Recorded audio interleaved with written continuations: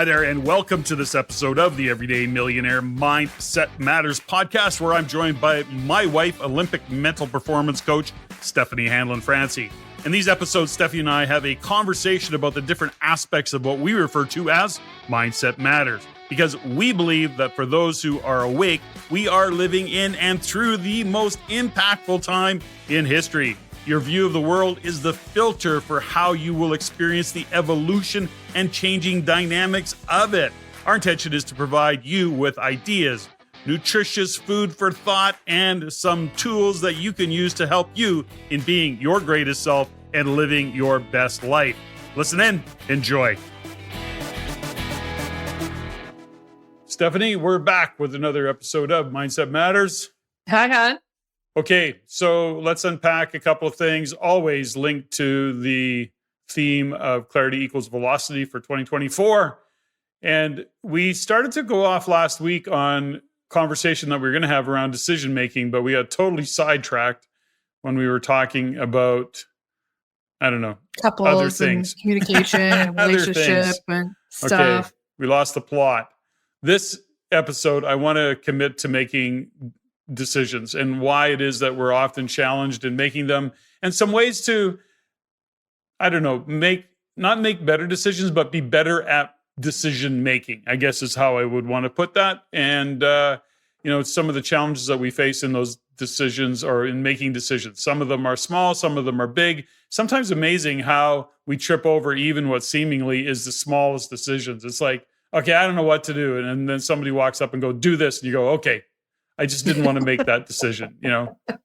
Any comments on that before we get going? Get into the meat? No, you're hilarious. I think the decision-making process I think it's different for everybody. But I think you can see how complicated we make it when we don't want to make a decision, because in so many levels, indecision is easier. And then the decision gets made for us. And it's like, I'm not responsible. Well, there is that theory, right? That the easiest decisions to make are the ones that you feel like you don't have any choice. So there's no real decision to make. You think that's the only way to go. And I guess at the end of the day, that takes the decision making off the table. I know that for myself sometimes is that, as the owner of a business, as the pointy end of the spear, if you will, in terms of business and what we do in business, sometimes I'm just done making decisions. I need somebody else. Tell me what to do. I'm tired of making decisions. Sometimes we get to that point.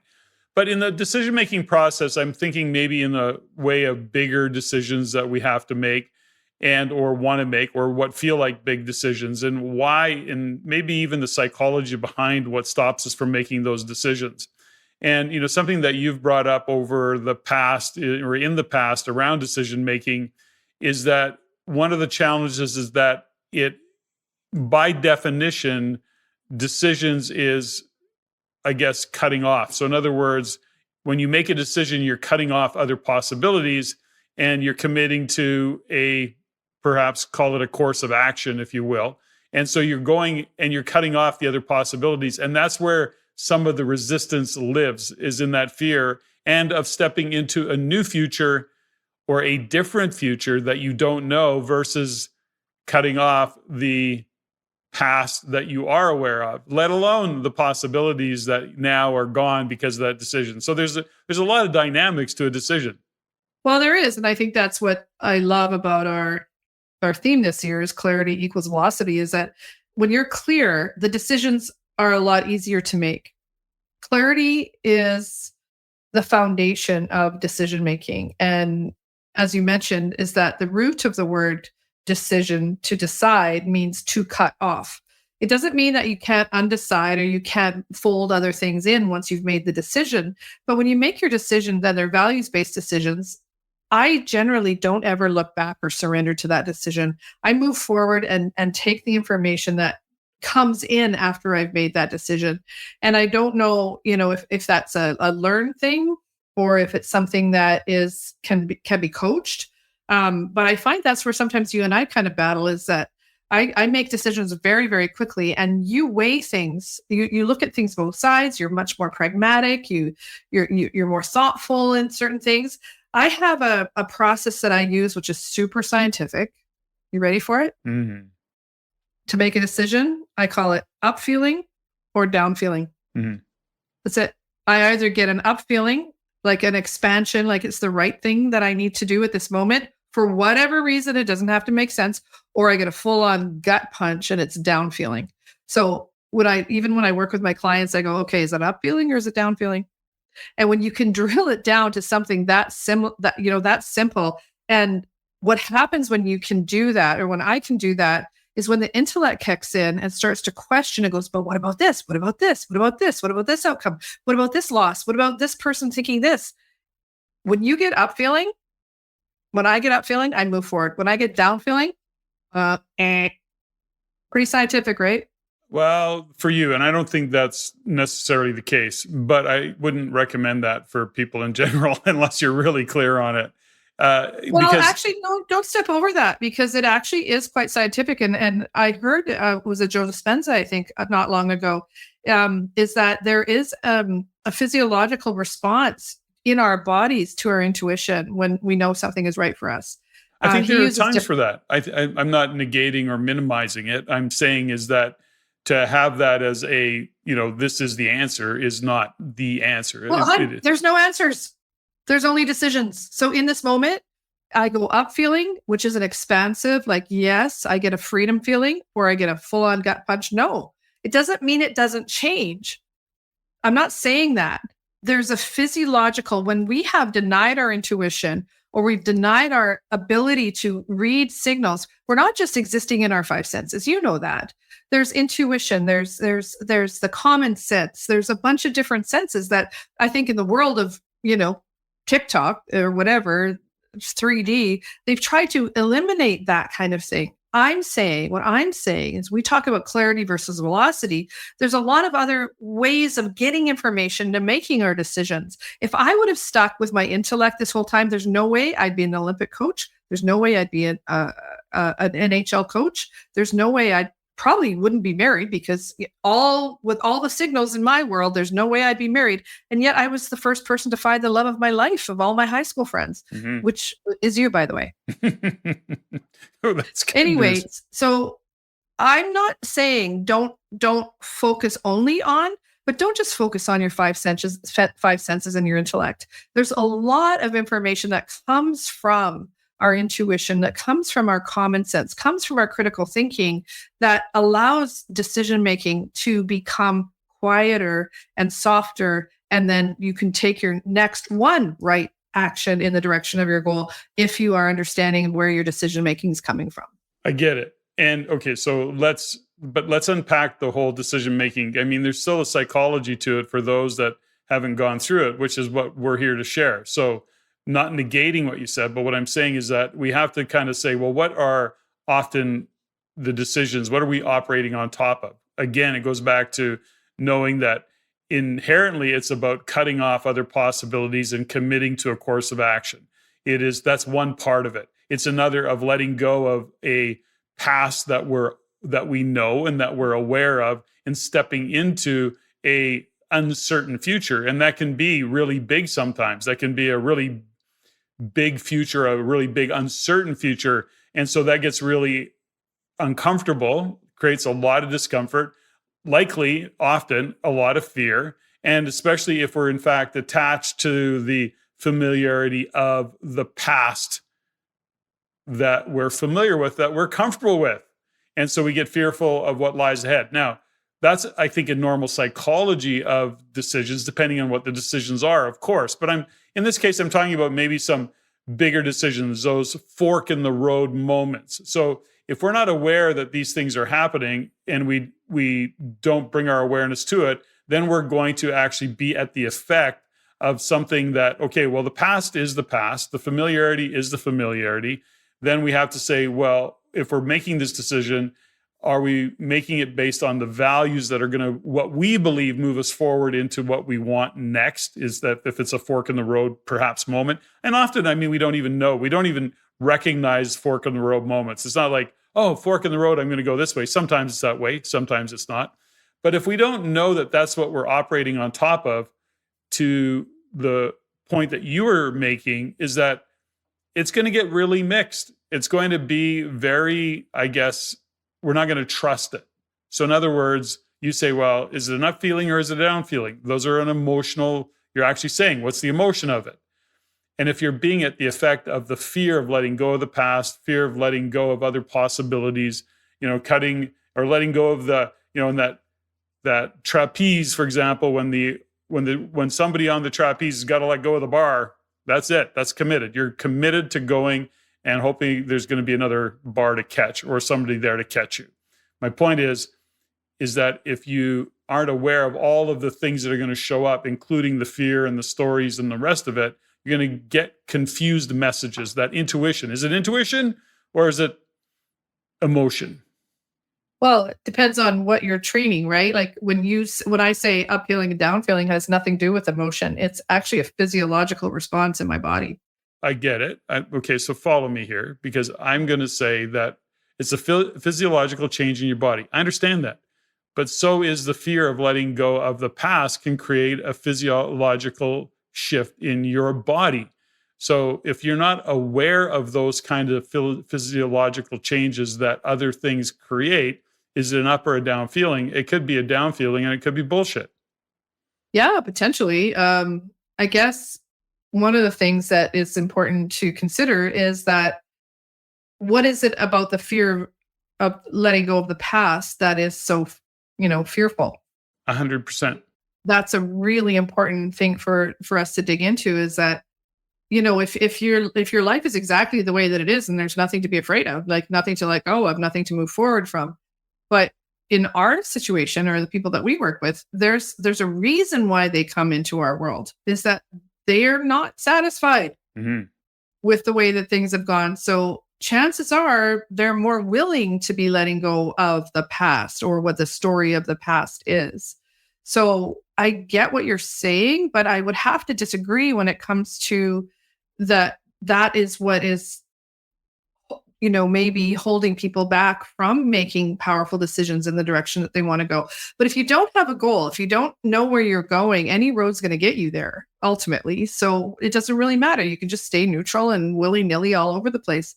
But what we're talking about is that wanting to have and to live a great life, knowing that life is short and knowing that we don't know what's going to happen tomorrow. We don't know what, the government's going to do and all the external bullshit that's happening in the world right now. The only thing we can control is our internal environment and our internal state. So the decisions that we make that are values based, whether it's a huge life decision, are we going to move, or are we going to quit our job, or are we going to get married and get pregnant or whatever, got it. But there's still a place where we have to go inside and be okay with knowing that once we make that decision, you can, but technically you can't get unmarried or unpregnant once you've made that decision. If you've made it from your values, you can get an abortion or you can get a divorce or whatever, but based on your values, if the things that are moving you forward in your life that are in line with your values, your decisions are very simple. You said something earlier, which was brilliant. And you said, we have the illusion of choice. Yeah, you're absolutely right. It's the illusion of choice. We think we have all these options and everything. But the truth is, when we have a values-based, and for me, it's grounded in first principles. And when you get down to the first principles, there really isn't a choice. There's only aligning with who you are, who you say you are, and how do you want to live your life. Okay, so I get it. I totally get it. But I think you're minimizing that what people are dealing with. I think about the number of times I've had these conversations with individuals, and we say, okay, you deal with skaters. You go, okay, I want to quit skating. And you go, okay, great. Let's play that out, right? You're going through that whole process. But until you start to understand that, let's say it's I'm going to decide to leave my job. I'm going to decide to start a business. That is letting go of something, moving forward, and then understanding that growth lives outside of our comfort zones. Growth lives as we bust through the discomfort and having the courage to go through the fear of the unknown. And then on top of that, we're often navigating the external influences, if you will, whether that's peers, a peer group. How many times have we both had conversations with individuals who are going, well, nobody thinks it's a smart idea. And I'm going, okay, well, why are you asking somebody's opinion? Are you looking for advice, or are you looking for guidance? Are you looking for input so that you can make a decision, or are you looking for somebody to tell you what decision to make? Or approval. Or approval. Exactly. Those are all the external things. My point is that around decision making, my goal in this particular pod is to shine a light on some of the things that we operate on top of that stops us from making a decision. We've often shared the example of somebody says, well, I don't like my job, I want to quit. Well, why haven't you quit? Well, because I don't know. But it doesn't change. You can decide to quit. It doesn't mean that you go into the office tomorrow and hand in your resignation. First off, you have to make the decision. I've decided I'm going to quit. That's a decision. It didn't attach. Doesn't mean you have to take action. You didn't have to attach a date to it going, no, I'm quitting. Then you can step back and go, that's my decision. I'm going to leave. What do I need to do in order to connect all the dots for me to say, okay, the decision's made. Now what's next for me? I'm working backwards from not having this job anymore. Got it. What do I need to do? Well, what do I want to do next? Do I want to be a business owner? Do I want to do a side hustle? Do I want to be into the gig economy? Do I want to go to a competitor? What is it that I want to do? And that's the challenge that I think, and the message that I think is the best one to get across, is that decisions can be made with no action attached to them immediately. And then you start to step into what that decision is in a way that you go through and understand the feelings that are going to show up. The fear of judgment, the fear of what others are going to think is always a big one. The fallout, the potential consequences of those decisions, whether they be relational or financial or a big decision to move to another country. I mean, how many times have we had that conversation? Do we want to get out of Canada? Sometimes it drives me crazy, as much as we think that, okay, no, Canada's awesome. And then we go, yeah, but it's not awesome right now. It's like going a funny direction. And those are big decisions. Now, these are things that you have to understand what's in behind and what are we operating on top of, that we don't make a final decision in any of those kind of decisions. So that's my point, and I hope I was clear. No, I think that makes a lot of sense, and I appreciate you drilling down on that, because I know for me, I'm a little bit more willy-nilly with those kinds of things, and I make my decisions and I move forward. And that's my clarity and my velocity, is that the speed of, and then I deal with a lot of the the fallout. But I also know that, to your point earlier, is that when I'm working with an athlete or a client who is in a very precarious situation and need to make a decision, I'll go through the exercise with them that I call permission to quit. And when you do the exercise and you give yourself the moment to have the physiological reaction, the emotional, the spiritual, the intellectual dynamic that happens when you give yourself permission to quit, and all you're doing is, sitting on a bench, and you haven't really taken any action, but you get all the feelings of what it would be like and what would be some of the outcomes that could be. The exercise itself helps make the decision. Mm-hmm. And, 8 times out of 10, when I've done that decision with an athlete, they go, yeah, I don't want to quit. But I just needed to know I could. I needed to know I had permission. I needed to know I had choice. I needed to know there were alternatives to the reality that I'm in right now that's so painful. But then when you go through the exercise, and we do this in Think Tank, actually, when you go through that exercise, you go, my life is pretty amazing the way that it is. And do I really want to risk taking that decision? Mm-hmm. How often do we see ourselves and or talk to individuals that have a decision to make, that they're afraid to make the decision, or they're operating on top of indecision? So in other words, they're kind of 1 foot in, 1 foot out. They're kind of in the door, but not quite in the door. They're still out the door. And that indecision, creates often some chaos. It creates that uncertainty and doesn't move you forward. That's the stickiness, right? When you make a decision, then, however you want to look at it, the universe kind of comes together to orchestrate all of the things lining up to support that decision. And this is the key part of it, is knowing that you're going to go through a lot of, depending on the size of the decision, it's not like, what am I going to have for breakfast this morning? These are decisions that are far bigger than that. which have an impact on your life, and know that you're going to go through all of the things of looking back and going, yeah, but is it really that bad? It's not that bad. Okay, well, no, the job's okay. It's like, it's not that bad. And the next thing you know, you've quantified and justified staying in this toxic work environment as an example. And you then you minimize or dishonor the value that you bring and that you owe to yourself to actually elevate and to step up and to be your best selves, or to step into being your greatest self and evolving and changing as an individual to have the outcome that you want, to really step into who it is you say you want to be in that decision. And that is, I think that just takes a lot of understanding about your decision-making process and then honoring it, maybe changing it, being a little more courageous, and or surrounding yourself with individuals that can hear you and that can give you the space to say out loud what it is that you're wanting to do. I have to operate that way. I have to be able to go through the process of saying things out loud to clear my brain enough to get through the clutter and to come to an outcome, to a decision. That's how I That's operate. what the power of having a strong team around you, which you do. And also for me is journaling, is that sometimes I will do a data dump or a stream of consciousness journaling when I'm in a crisis or a moment of trying to make a decision. And sometimes when I get to the bottom of it, it has nothing to do with the stream of consciousness. Has nothing to do with the decision.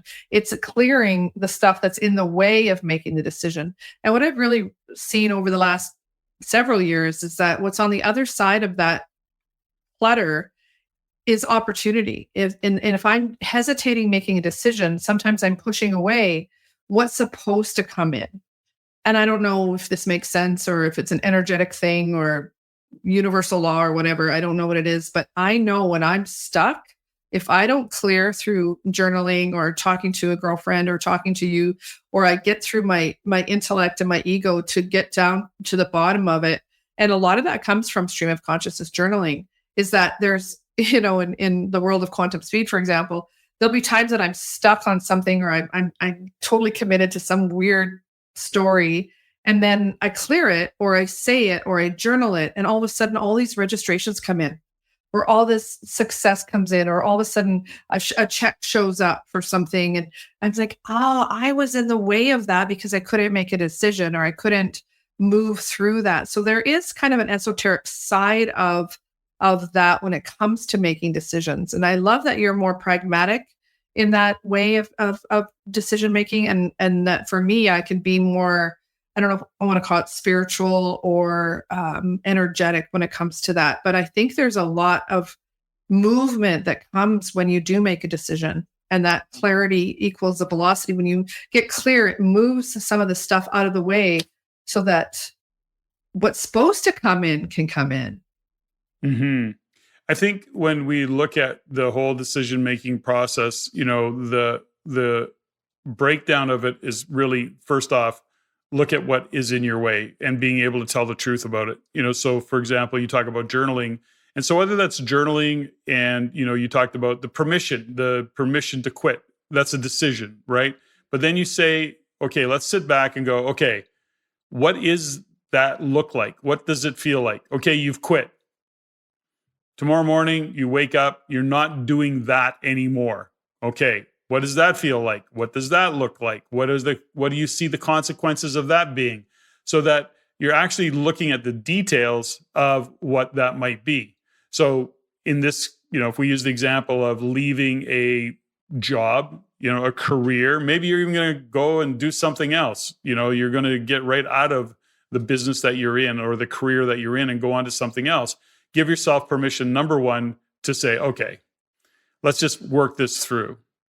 I wake up tomorrow morning, I'm no longer doing what I'm doing. Let's start to write and make notes of what does that look like? What am I doing instead? How does that feel?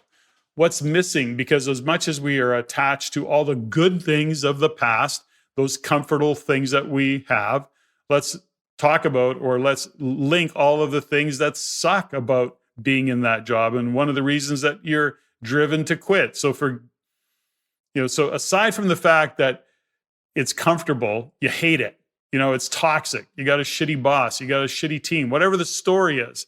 Don't step over that and then look at, okay, well, what are the good things about that? So ultimately what it is you have to acknowledge, I think, when you're having those big decisions, play it out in your brain, get it out in front of you on paper, and recognize and acknowledge how you feel about those things that are showing up, whether it's fear or anger, angst, whatever it might be.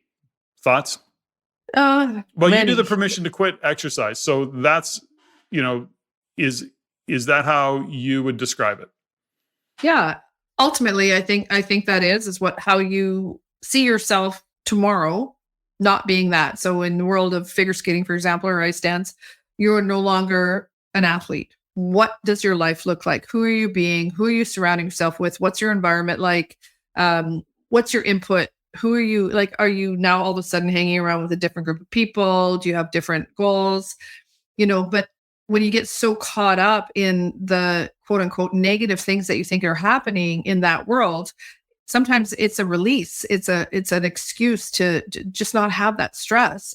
When you want to be an Olympic athlete, for example, you want to be an Olympic champion, the bigger the goal, the bigger the bullshit, the bigger the story, the bigger the things, the bigger the pushback. So it is not easy to want to live your best life, and it's not easy to want to be a champion in any area of your life. So sometimes you just need to release that pressure and just say, I just don't want to be that today. I just don't want to be that today. And that's the permission to quit. And I think that when it comes to decision making, feeling what it feels like not to be that sometimes is more painful. And they get very quickly back onto the path of the journey that it takes to become an Olympic athlete or to become the best version of themselves, because truly that's easier. There's more feedback. There's more input. You know what you need to do. Like, think about your workouts, hon. Think about you committing to quit. You're no longer a drinker. Like, you didn't quit drinking. You just don't drink. You work out 3, 4, 5 times a week. You get your 10,000, 12,000 steps in a day. That's not complicated. That's a decision. And it just gives you a roadmap. And it's the same thing with Olympic athletes or really high, net worth clients that we have, is that that's their roadmap. Mm-hmm. And then when they think about not being that, it's super painful. Well, I think there's something that links to, and that is identity. In a lot of the decisions that people make, I think there is a, who am I if I'm not that? Who am I if I'm not doing that? There's an identity attached to it. And I think that's also part of what will prevent people from moving forward or stepping away. The bigger and the new question would be then, okay, I'm about to take on a new identity, and who am I when I am that after I've made that decision? So in other words, a picture of yourself being who you see your future self as is a different way to look at it, but it is a really powerful way. I think it's a hack in terms of goal setting. That goes back to who do you need to become to achieve those goals? And it's not about the goal, it's about who you need to become. So when you start to link to the identity of that, it shifts and helps you let go of the past history, the past identity. So I don't know if we got a little bit too deep on this, but I think it's a good conversation. Hopefully we planted some seeds of ideas and thought processes. When we look at making decisions, I like to get pragmatic about it. I like to break it down and really ask myself, what's in the way of making my decision? So write those notes down and get not only into the minutia of whether it be math, for example, or an Excel spreadsheet that you need to do, but also get into identifying the fear that you're operating on top of. And that could be the fear of judgment, the fear of peers making you wrong, the fear of maybe somebody trolling you and calling you out, whatever your story is, but get it out in front of you so you can deal with it, hopefully laugh at it, resolve it perhaps. And then that is just another way to be clear that what gets in our way of making decisions is us not being clear on what's in our way of making decisions. Right. Clarity. Hello. Here we come back. Circle back to clarity. Clarity equals velocity, and it certainly equals velocity in making decisions. Steffany, thank you. Okay, hon. That was fun. Ladies and gentlemen, thank you for listening. If you found value in the podcast, please take the time to rate and review and share with others. Share with your friends. as it is my goal to always improve and to provide the highest value for you, the listener. If you have any comments, suggestions, or questions you'd like answered, please email me at ceo@reincanada.com. That's ceo@reincanada.com. I look forward to hearing from you. And until next time, Patrick out.